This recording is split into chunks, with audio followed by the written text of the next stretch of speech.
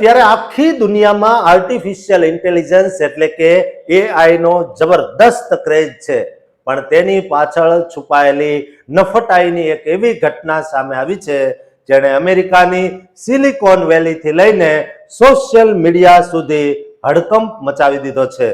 San ફ્રાન્સિસ્કોમાં રહેતા એક tech founder એમિર એટલીના ઇનબોક્સમાં એક એવો ઈમેલ આવ્યો જે જોઈને તે ક્ષણભર માટે સાવ સ્તબ્ધ થઈ ગયો. આ ઈમેલના સબ્જેક્ટ લાઇનમાં બહુ જ ભયાનક શબ્દો લખ્યા હતા કે તમારા પરિવારનું મૃત્યુ થવાનું છે, એટલે કે your family is going to die. આટલું વાંચતા જ કોઈ પણ માણસ ફફડી ઉઠે તે સ્વાભાવિક છે, પણ જ્યારે એમિરે આ ઈમેલ ખોલ્યો ત્યારે અંદરનું લખાણ વાંચીને તેનું માથું ફાટી ગયું, કારણ કે તે કોઈ ધમકી નહોતી, પણ એક એઆઈ ટૂલ વેચવા માટેની બહુ જ ગંદી અને જોખમી સેલ્સ પીચ હતી.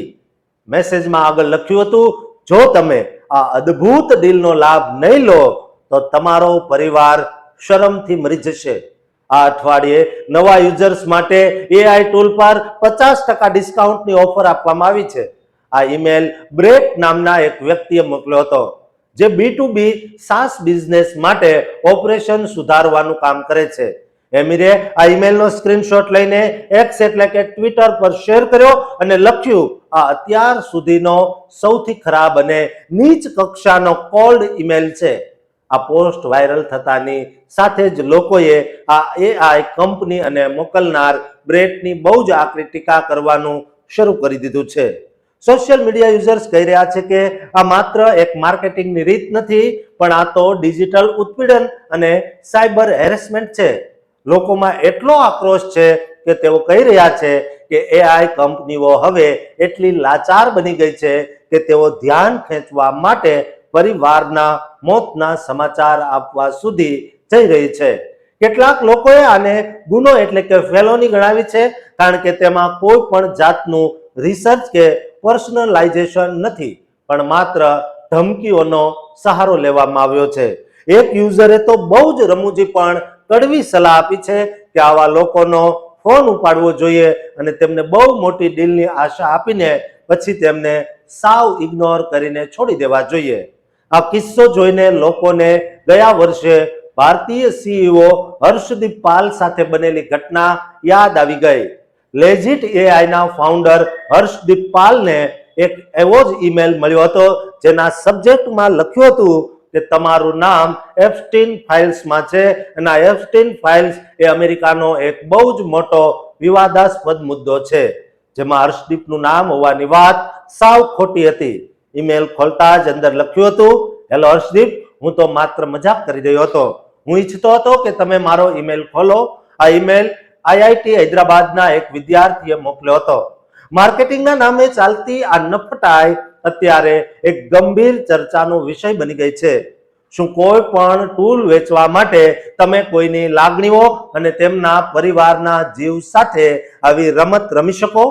આર્ટિફિશિયલ ઇન્ટેલિજન્સનો ઉપયોગ દુનિયાને સરળ બનાવવા માટે થવો જોઈએ, પણ અહીં તો તે લોકોના મનમાં ડર અને ગુસ્સો પેદા કરી રહ્યો છે. એમિર એટલીની આ પોસ્ટને અત્યાર સુધીમાં લાખો લોકો જોઈ ચૂક્યા છે અને દરેકનો એક જ સૂર છે અને કહી રહ્યા છે કે આવી કંપનીઓનો બહિષ્કાર થવો જ જોઈએ. આ કિસ્સો આપણને યાદ અપાવે છે કે ટેકનોલોજી જેટલી આગળ વધી રહી છે તેટલી જ નૈતિકતા પાછળ જઈ રહી છે. લોકોનું ધ્યાન ખેંચવા માટે કોઈ પણ હદ વટાવી દેવી એ માત્ર બિઝનેસ નથી, પણ તે માનસિક વિકૃતિ છે. સાન ફ્રાન્સિસ્કોના કિસ્સાએ હવે દુનિયાભરના માર્કેટર્સ અને એઆઈ કંપનીઓ માટે એક મોટી ચેતવણી આપી છે કે જો તમે ગ્રાહકો સાથે આવો અસભ્ય વ્યવહાર કરશો તો તમારી કંપનીનું પતન નિશ્ચિત છે. ઇન્ટરનેટ પર ચાલી રહેલી આ ચર્ચા હવે કાયદાકીય વળાંક પણ લઈ શકે છે, કારણ કે લોકો માંગ કરી રહ્યા છે કે આવી ધમકી ભરી સબ્જેક્ટ લાઇન વાપરનારાઓ માટે કડક કાર્યવાહી થવી જ જોઈએ, જેથી ભવિષ્યમાં કોઈ પણ આવી હિંમત ન કરે. આ સમગ્ર મામલો અત્યારે આઈટી જગતમાં ચર્ચાના સ્થાને છે અને દરેક વ્યક્તિ આ એઆઈ ટૂલની નીતિઓ પર ફિટકાર વરસાવી રહ્યો છે. આશા છે કે આ માહિતી તમને સતર્ક કરશે અને તમે પણ તમારા ઇનબોક્સમાં આવતા આવા ઈમેલથી સાવચેત રહેશો. દોસ્તો, જે લોકો મોબાઈલ વાપરે છે, ઇન્ટરનેટ વાપરે છે, ઈમેલ વાપરે છે, તેમને આ વિડીયો શેર કરજો, કારણ કે તેમને પણ આવા મેસેજ આવે તો ડરશો નહીં, પણ હિંમતથી તેઓ સામનો કરી શકે. અને આ ચેનલને સબસ્ક્રાઇબ કરવાનું ચૂકતા નહીં.